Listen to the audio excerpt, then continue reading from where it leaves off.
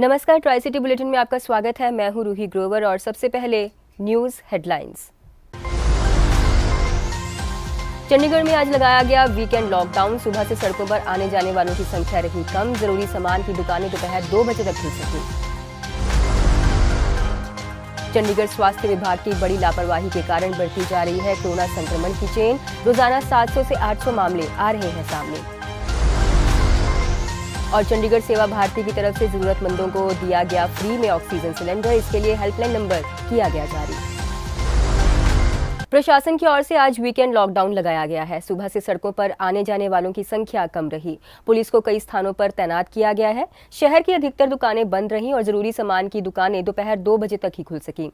इससे पहले शहर के साथ लगते पंजाब के मोहाली और हरियाणा के पंचकुला जिले में वीकेंड लॉकडाउन लगाया गया था।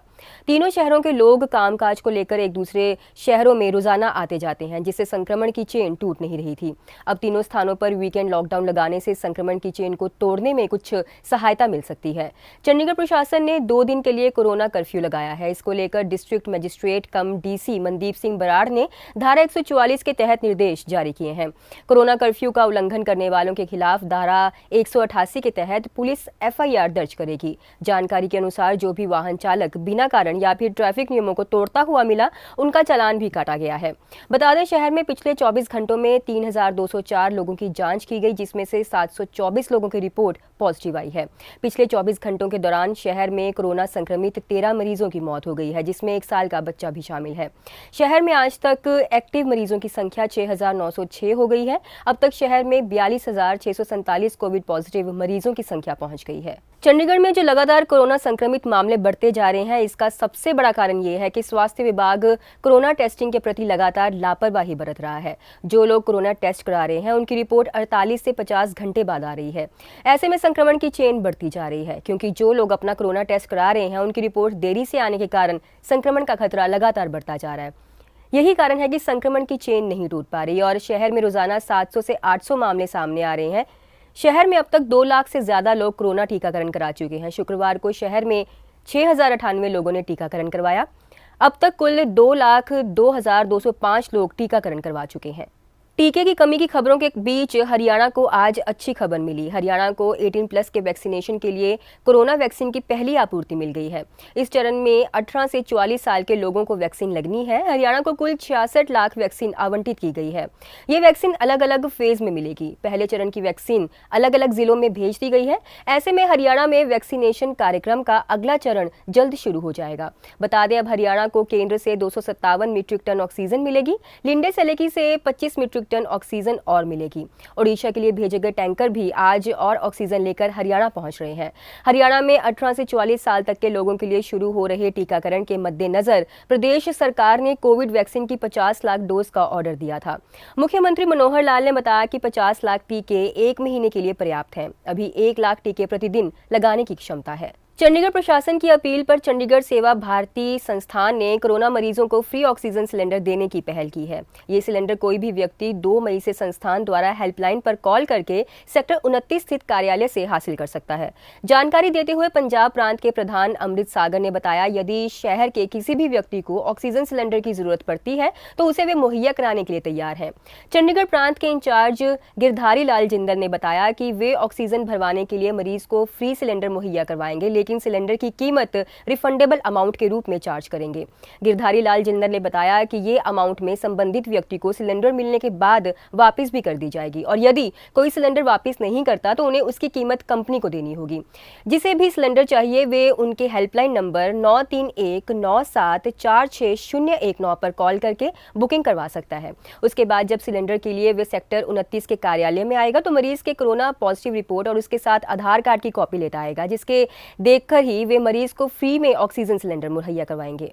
वहीं चंडीगढ़ इंटरनेशनल एयरपोर्ट से बीते शुक्रवार देर रात C-17 मिलिट्री ट्रांसपोर्ट एयरक्राफ्ट से 2 खाली क्रायोजेनिक ऑक्सीजन टैंकर भुवनेश्वर भेजे गए हैं।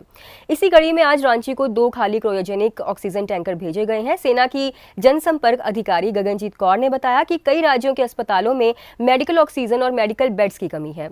इन हालातों को देखते हुए भारतीय सेना ने मदद के लिए युद्ध स्तर पर काम करना शुरू कर दिया है। वायुसेना देश के अंदर ऑक्सीजन टैंकर और सिलेंडर के परिवहन के लिए कई घरेलू उड़ानों उड़ानों का संचालन कर रही है। इससे इन टैंकरों को एक स्थान से दूसरे स्थान पर पहुंचने में लगने वाला समय बच जाएगा और पीड़ितों को तुरंत ऑक्सीजन मुहैया करवाई जाएगी, जबकि भरे टैंकर वाया सड़क यातायात से एक स्थान से दूसरे स्थान पर जा रहे हैं। कोविड-19 रोगियों को तुरंत मेडिकल ऑक्सीजन व अन्य सामान तुरंत पूर्ति हो, इसके लिए वायुसेना के 8C-17, 4 IL-76, 8C-130, 20 AN-32, 10 DO-228 और 20 हेलीकॉप्टर इस ऑपरेशन में लगाए हुए हैं और कोरोना संक्रमण के खिलाफ लड़ाई में जुटे एयर वॉरियर से कोरोना संक्रमण का खतरा नहीं है। चंडीगढ़ नगर निगम के चुनाव पास आते ही पार्षदों और अधिकारियों का ध्यान अब शहर के गांव की तरफ आ गया है, क्योंकि 2 साल पहले प्रशासन से 13 गांव ट्रांसफर होकर नगर निगम में आए थे। लोगों का मानना है कि जब से गांव ट्रांसफर हुए हैं तब से उनकी हालत ज्यादा बदतर हुई है। ऐसे में अब प्रशासन की ओर से नगर निगम में शामिल 13 गाँव में से 10 गाँव में पानी की सप्लाई की हालत सुधारने के लिए टेंडर निकाला गया है। इस समय गाँव में कई जगह गंदे पानी की सप्लाई भी आ रही है। नगर निगम के चीफ इंजीनियर शैलेंद्र सिंह का दावा है कि बहलाना, सारंगपुर, मक्खन माजरा, खुड्डा अलीशेर, खुड्डा लाहौरा, खुड्डा जस्सू, कैंपवाला, धनास, रायपुर खुर्द और दड़वा में जल्द काम शुरू हो जाएगा। इसके बाद निगम सीवर व स्टॉर्म वाटर लाइन का भी टेंडर 15 दिन बाद लगा देगा।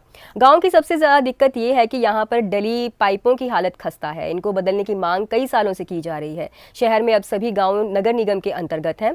भाजपा का मानना है कि इस बार गाँव की ज्यादा से ज्यादा सीटों पर चुनाव जीता जा सके। नगर निगम के अनुसार प्रशासन की ओर से निगम को वित्तीय वर्ष 2020-21 में 75 करोड़ रुपए अतिरिक्त मिले थे। उसमें से निगम में शामिल 13 गांवों के लिए 50 करोड़ रुपए निर्धारित कर दिए गए थे। गांव के कार्यों की सूची तो बना ली गई थी, लेकिन फंड ना होने से काम नहीं हो रहा था। लेकिन अब इनका काम शुरू हो जाएगा। नगर निगम कमिश्नर के यादव का कहना है कि गांव के लिए नगर निगम के पास फंड आने वाला है। प्राथमिकता के आधार पर गांव में काम करवाया जाएगा। इसके लिए टेंडर लगा दिया गया है ताकि काम में देरी ना हो। सेक्टर 25 के निजी स्कूल में एडमिशन काउंसलर के पद पर कार्यरत महिला स्कूल से घर जाने के दौरान संदिग्ध परिस्थितियों में लापता हो गई। पंचकुला के सेक्टर 12A निवासी उपमा जोशी स्कूल से कैब में घर जाने के लिए निकली, लेकिन अपने घर नहीं पहुंची। इससे परेशान होकर परिजनों ने मामले की शिकायत पुलिस को दी है। पुलिस अब महिला के मोबाइल नंबर को सर्विलांस पर लगाकर उनकी तलाश में जुटी है। महिला के पति अमित जोशी ने बताया कि उपमा चंडीगढ़ के सेक्टर 25 स्थित एक निजी स्कूल में बतौर एडमिशन काउंसलर के पद पर कार्यरत है। रोजाना सुबह 8 बजे घर से स्कूल के लिए निकल जाती थीं और शाम करीब 6 बजे घर वापस आती थीं। रोजाना की तरह बीते 23 अप्रैल को उपमा अपने I-20 कार में स्कूल चली गई। शाम को घर नहीं लौटी तो उन्हें फोन किया गया, लेकिन उनका मोबाइल नंबर बंद था।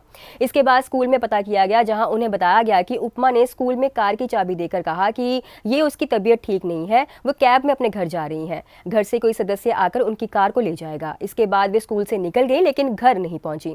परेशान होकर अमित ने मामले की शिकायत सेक्टर 24 चौकी पुलिस को दी है। घटना को 1 सप्ताह से ज्यादा हो चुका है, लेकिन अब तक पुलिस उनका कुछ सुराग नहीं लगा सकी है। पुलिस ने जब उपमा की मोबाइल नंबर की डिटेल को खंगाला तो उनकी आखिरी लोकेशन स्कूल के पास आई। इसके बाद से उनका नंबर स्विच ऑफ है। परिवार अब उपमा की तलाश के लिए पुलिस के साथ साथ सोशल मीडिया का सहारा ले रहे हैं। वहीं पुलिस का कहना है कि महिला की तलाश के लिए टीम बनाई गई है, जल्द ही उनको ढूंढ लिया जाएगा। चंडीगढ़ में चोरी की वारदात करने के बाद रास्ते में रुककर जूस पीना चोर को महंगा पड़ गया। उसे भुक्तभोगी ने पहचान लिया और पुलिस को सूचना कर दी। इसके बाद सारंगपुर थाना पुलिस ने आरोपित को गिरफ्तार कर लिया। उसे अदालत में पेश किया गया, जहां से उसे न्यायिक हिरासत भेज दिया गया। 28 अप्रैल की सुबह सारंगपुर स्थित मकान में रहने वाले 70 वर्षीय घनश्याम दास ने पुलिस में लिखित शिकायत दर्ज करवाई थी। शिकायतकर्ता ने बताया था कि एक युवक घर पर कमरा देखने आया था। उसने बताया कि कोरोना की वजह से नौकरी चली गई है। इसकी वजह से थोड़े समय तक सस्ते कमरे की तलाश है और उसे इसी सिलसिले में जानकारी पाकर पहुंचा है। बातचीत के दौरान युवक कुर्सी पर बैठ गया। दोनों के बीच 6,000 रुपये प्रति महीने का किराया तय हुआ। घनश्याम दास ने कहा कि आरोपित ने दूसरे दिन आकर बयाना देने की बात बोलकर निकल गया। थोड़ी देर बाद देखा कि घर से 4,000 रुपये नकदी और मोबाइल चोरी हो गया था। इसकी शिकायत उन्होंने तुरंत पुलिस कंट्रोल रूम के माध्यम से थाना पुलिस को दी। पुलिस ने शिकायतकर्ता को साथ लेकर आरोपित की तलाश शुरू कर दी। थोड़ी दूर पर पुल के पास आरोपित जूस पीते दिखा। घनश्याम ने उसे तुरंत पहचान लिया। इस पर पुलिस ने उसे दबोच लिया।